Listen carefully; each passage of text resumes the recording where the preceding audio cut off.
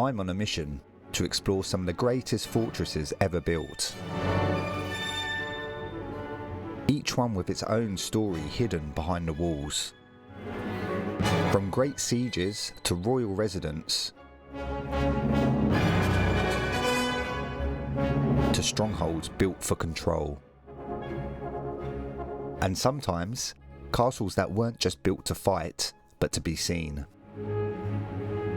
To show power, to show wealth, and to leave a lasting impression on the landscape. So join me as I continue this journey discovering more of these incredible fortresses.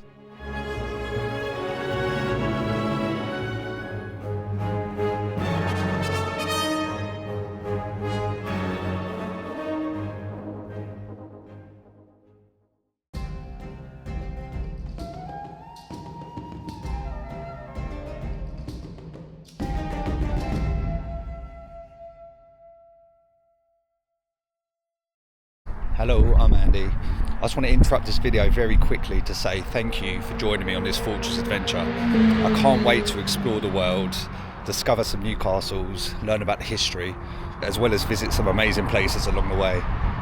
So I hope you can join me for the journey and enjoy the video. Last time, I was on the south coast following the story of William the Conqueror and the Norman invasion. This time, I'm heading inland, just 30 miles north into the Sussex countryside, to a castle that feels very different from the ones that came before it.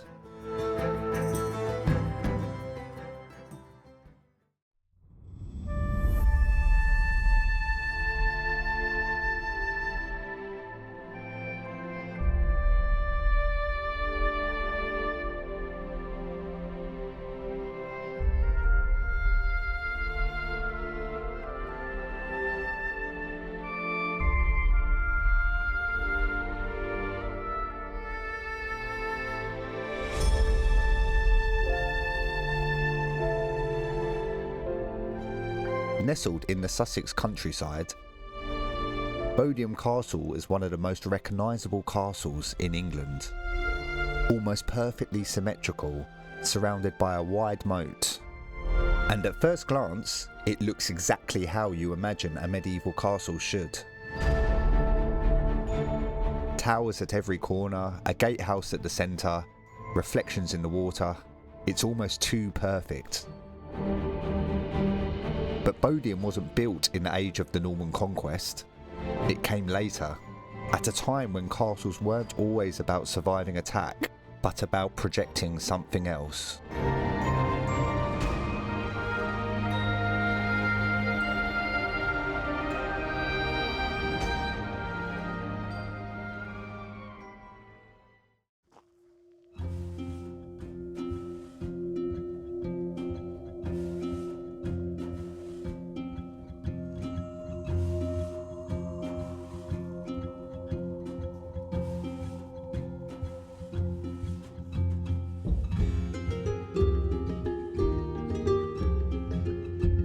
Walking around Bodiam, the first thing that stands out is the design.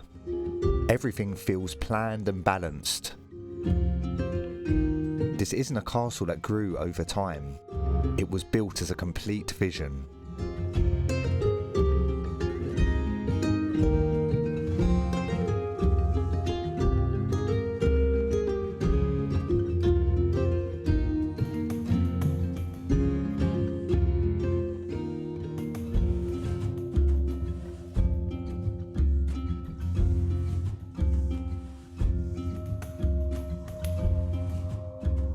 Bodiam was built in 1385 by Sir Edward Dalyngrigge, a former knight who had fought in France during the 100 Years' War. At the time, there was concern about invasion from across the Channel, so he was granted permission to build a fortified manor here.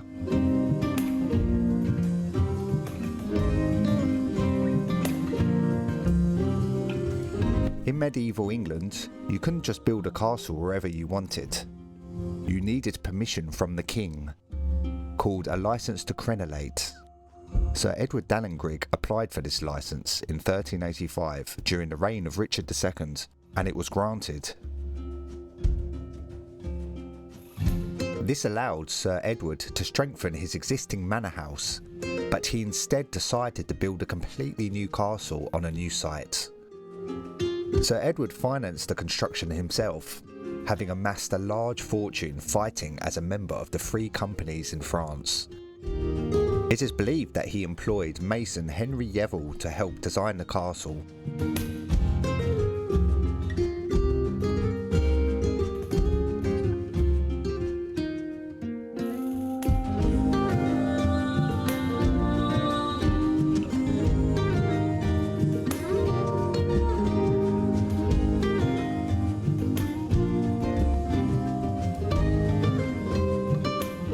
When you look at Bodiam Castle, you start to question how defensive it really was, considering the concern for invasion. The moat is wide, impressive, but it's also shallow, maybe more of a barrier than a serious obstacle. And it's not just defensive, the water changes how the castle looks. It reflects the water, makes it feel larger, more dramatic. Almost like the castle was designed to be seen from a distance. Which raises the question, what was this castle really for?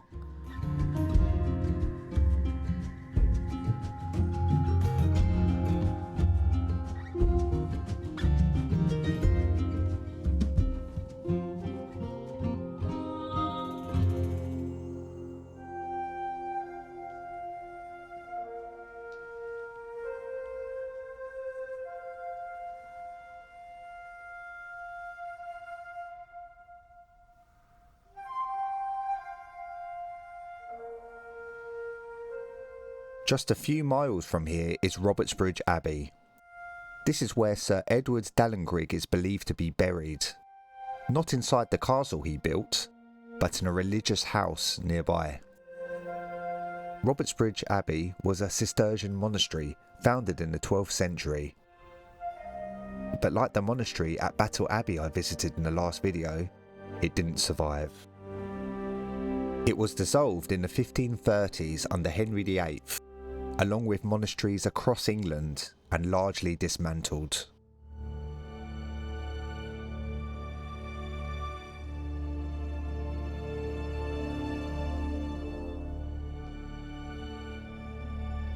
Back at Bodiam, the castle starts to make more sense, because by the late 14th century, castles were changing. Earlier castles, like those built after 1066, were about control, holding territory, suppressing rebellion, establishing dominance. But by the time Bodiam was built, England was more stable. The threat wasn't gone, but it was different, and castles like this begin to reflect that shift.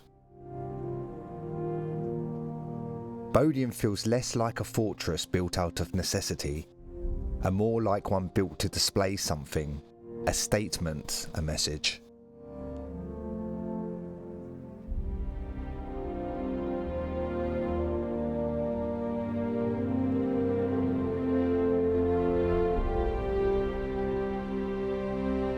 Sir Edward Dalyngrigge wasn't just building a home, he was building something that showed he had wealth, he had influence, and he had the king's permission to fortify. And everything about Bodiam reinforces that. The symmetry, the moat, the approach across the bridge. And even that approach has changed. The path you walk in on today isn't the original entrance. The main approach used to come in from a different angle with a timber bridge and drawbridge controlling access. So even the way you entered the castle would have been more controlled and more deliberate.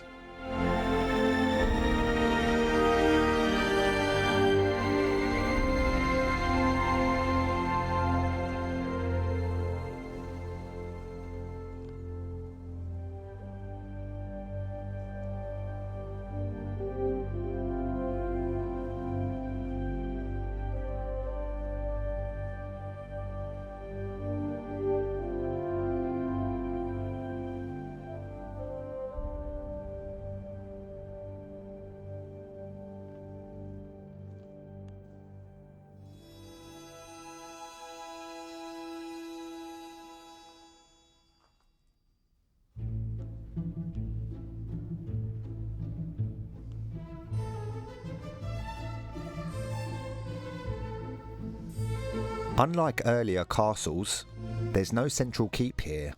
Everything is built into the outer walls, more like a fortified house wrapped around a courtyard than a traditional fortress. Inside it would have been comfortable. Private chambers, fireplaces, large windows looking out across the water. This wasn't just a place to survive, it was a place to live well.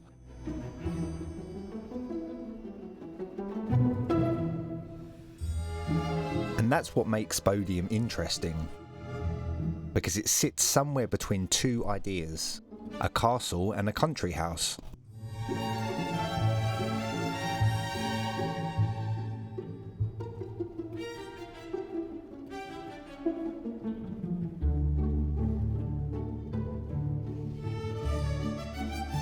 What remains today is mostly the outer shell.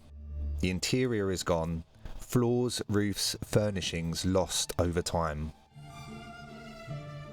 But in a way that makes the design even cleverer. You can see the structure, the interior, what the place was meant to be.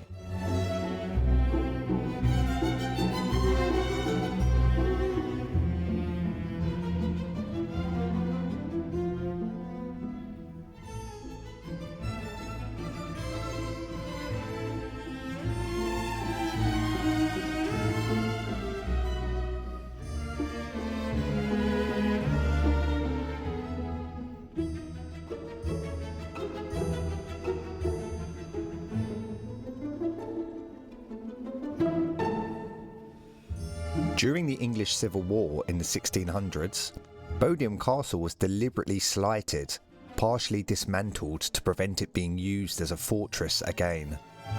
So what we're looking at now isn't just age, it's a castle that was intentionally taken apart. Then over time, the castle passed through different owners and eventually fell into ruin. But what remains today has been preserved, not rebuilt, which is why it still feels authentic.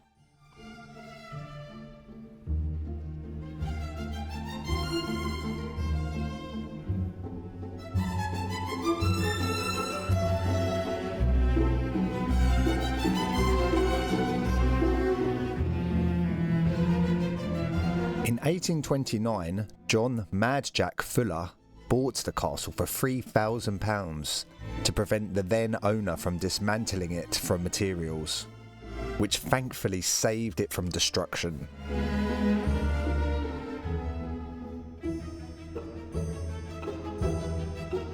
A 100 years later, Lord Curzon, former Viceroy of India, fell in love with the castle and spent years restoring it before gifting it to the National Trust in 1925.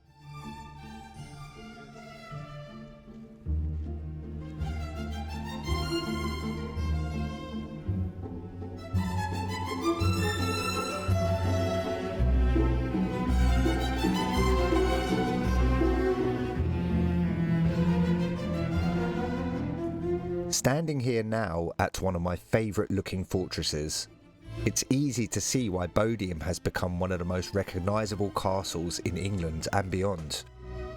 Because it captures something very specific. Not just defence, not just history, but a castle built to be seen.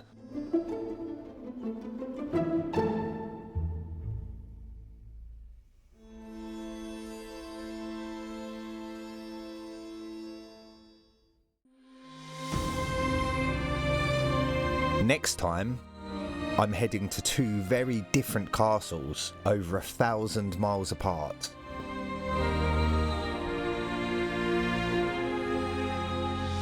One shaped by English power,